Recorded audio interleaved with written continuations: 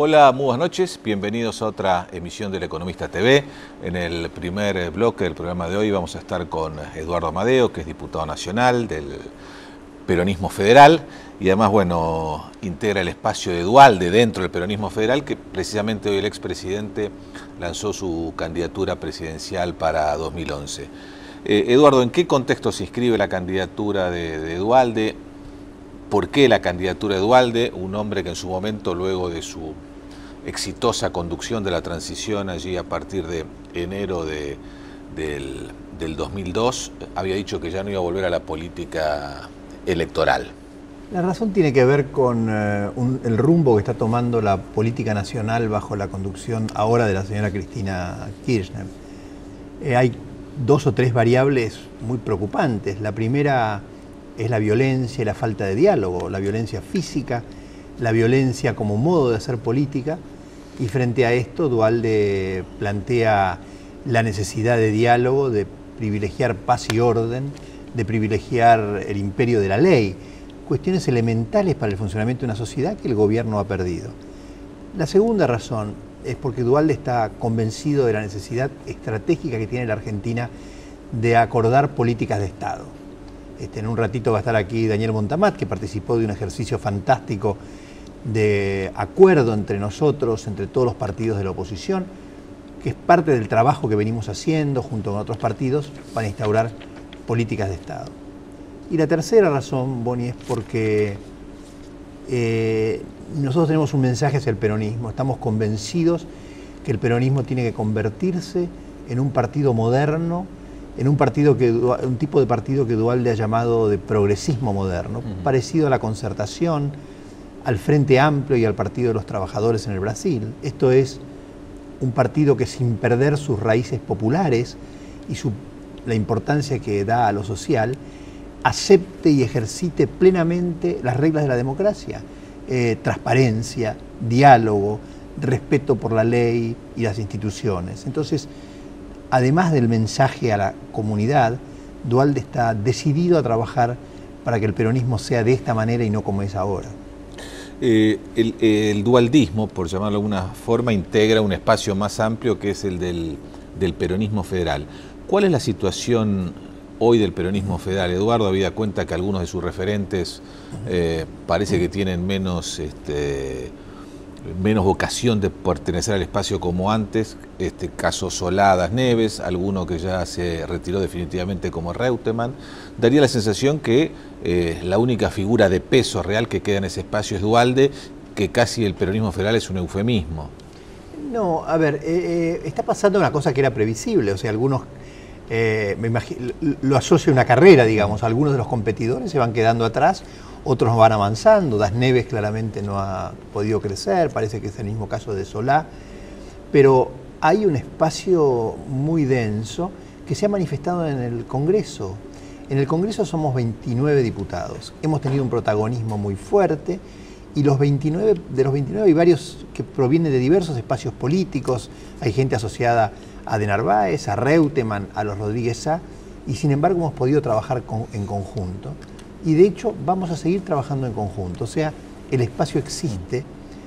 El espacio tiene que ver con esto que yo decía sobre la decisión de Duhalde de dar esa batalla dentro del peronismo, pero transformándolo.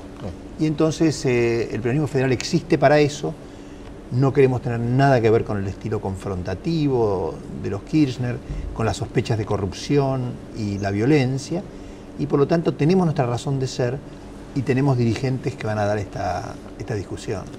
Recién Eduardo hacía referencia a un acuerdo de gobernabilidad que se firmó el viernes pasado entre varios partidos, pero por otro lado, desde el punto de vista de la oferta electoral, los vemos que sigue habiendo mucha fragmentación. En las últimas semanas, bueno, daría la sensación que una parte del peronismo al menos está claramente alineado detrás de lo que todo indica va a ser la candidatura de la presidenta a la reelección, y junto a ese fenómeno de unidad en torno a la figura de Cristina, hay un proceso de fragmentación en la oferta electoral de la oposición. Digamos, en los últimos 20 días, desde el 3 de diciembre hasta hoy, se lanzaron Ricardo Alfonsín, Sanz también dentro del radicalismo diciendo que probablemente lo haga, Pino Solanas, Elisa Carrió, hoy ustedes, digamos, ¿no hay demasiada oferta electoral en la oposición?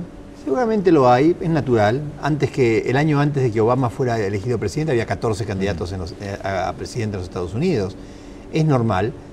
Y yo sintetizaría mi respuesta en algo que se dijo en el acto en el que se firmó el acuerdo, y es: gane quien gane, nos vamos a ayudar para implementar estos acuerdos, que son acuerdos muy profundos. Perdón, Eduardo, que te toca hacer es, bueno, ¿pueden ganar con este nivel de fragmentación? Bueno, pero esto va a producir convergencias.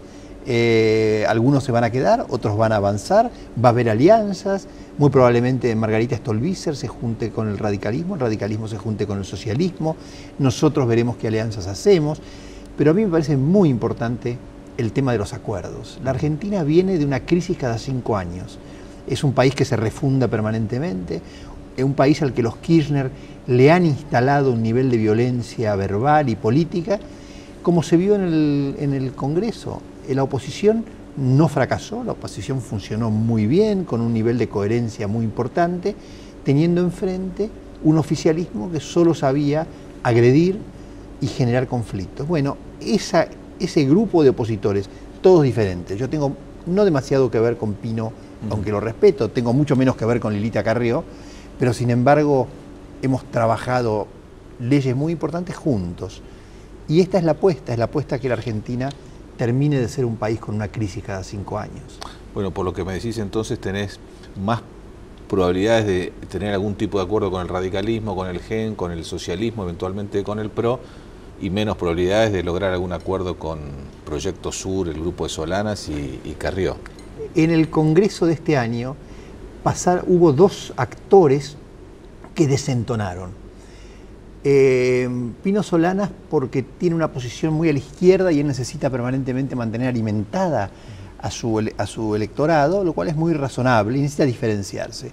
Y Elisa Carrió, que ha hecho del conflicto su modo de hacer política. Ella no puede mantener ningún diálogo permanente y racional con el resto de la oposición si no es con conflictos. Ha agredido al radicalismo, ha agredido al PRO, nos ha agredido a nosotros, y ese estilo a nosotros no nos interesa. La verdad que, así como Elisa Carrió dice que su límite siempre pone un límite nuevo, nuestro límite es el conflicto. Nosotros no queremos estar asociados con nadie que haga del conflicto su único modo de hacer política. En estos días, bueno, la última pregunta que te hago referida es al tema de los acuerdos. ¿Cuándo crees vos que es el momento de los acuerdos? ¿Ahora, antes de la primera vuelta, entre la primera y una eventual segunda vuelta el año que viene, luego de que esté claro quién es el ganador de las elecciones? El proceso ha sido así. Rodolfo Terraño primero, a quien le debo reconocer su trabajo, luego con Eduardo Duhalde, escribieron una primera hoja que llevaron a la firma de la gran mayoría de los candidatos. Luego, durante todo el año hubo conferencias puntuales y sectoriales donde se afinaron los conceptos.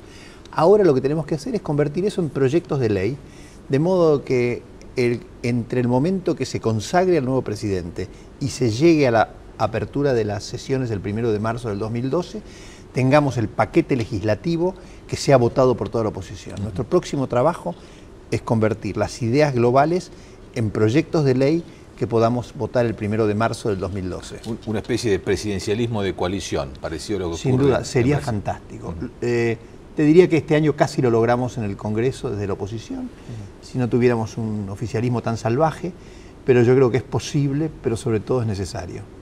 Eduardo, cambiándote de tema y bueno, conociendo tu especialidad y tu preocupación por los temas que conforman la agenda social en la Argentina, que bueno, hoy en estos últimos días está nuevamente instalado dramáticamente. ¿Cómo estás viendo todos estos episodios? Y sobre todo, digo, desde el punto de vista de la sociedad, que muchas veces se pregunta, bueno, pero no venimos de 7 años de crecimiento, un desempeño económico tan favorable, de tasas de expansión del producto a niveles chinos, y sin embargo tenemos todavía que enfrentar esta realidad social. El señor que se le ocurrió tuvo la espantosa idea de lanzar esta operación contra Macri en la ciudad, que yo estoy convencido que viene del oficialismo. Si hubiera pensado lo que hizo 2 veces, no lo hubiera hecho nunca. Porque es cierto lo que vos decís, el gobierno ha hecho un discurso absolutamente triunfalista. Basta ver los cartelitos que nos ponen en los partidos de fútbol abajo, que la Argentina parece Disneylandia. Y la verdad es que en la Argentina hay 4 millones de personas que viven como la India, para poner imagen clara. A esa gente no le ha llegado el crecimiento de la manera que se proclamaba, y además han sido víctimas de una espantosa política social llevada por Alicia Kirchner, que fracasó con el hambre en Misiones y en Salta, fracasó con los aborígenes en Formosa y fracasó con la gente en las villas.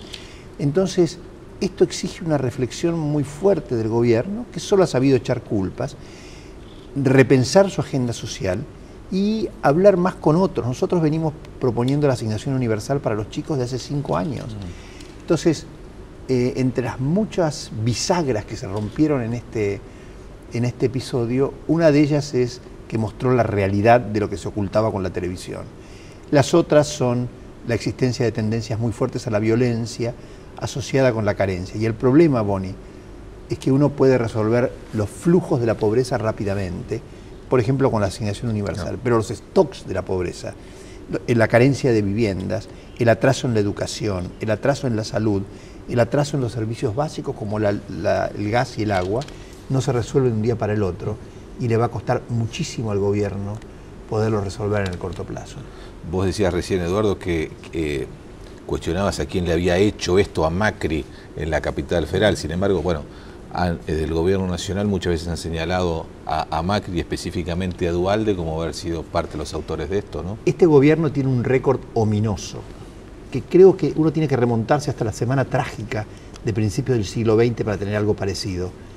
6 muertos en 2 meses, todos muertos sociales, personas excluidas y pobres, en ningún caso con un autor reconocido, y en todos los casos el gobierno, en lugar de asumir su responsabilidad y reflexionar sobre ella, se ha dedicado a tirar la pelota afuera, agrediendo a terceros, en particular a Eduardo Duhalde.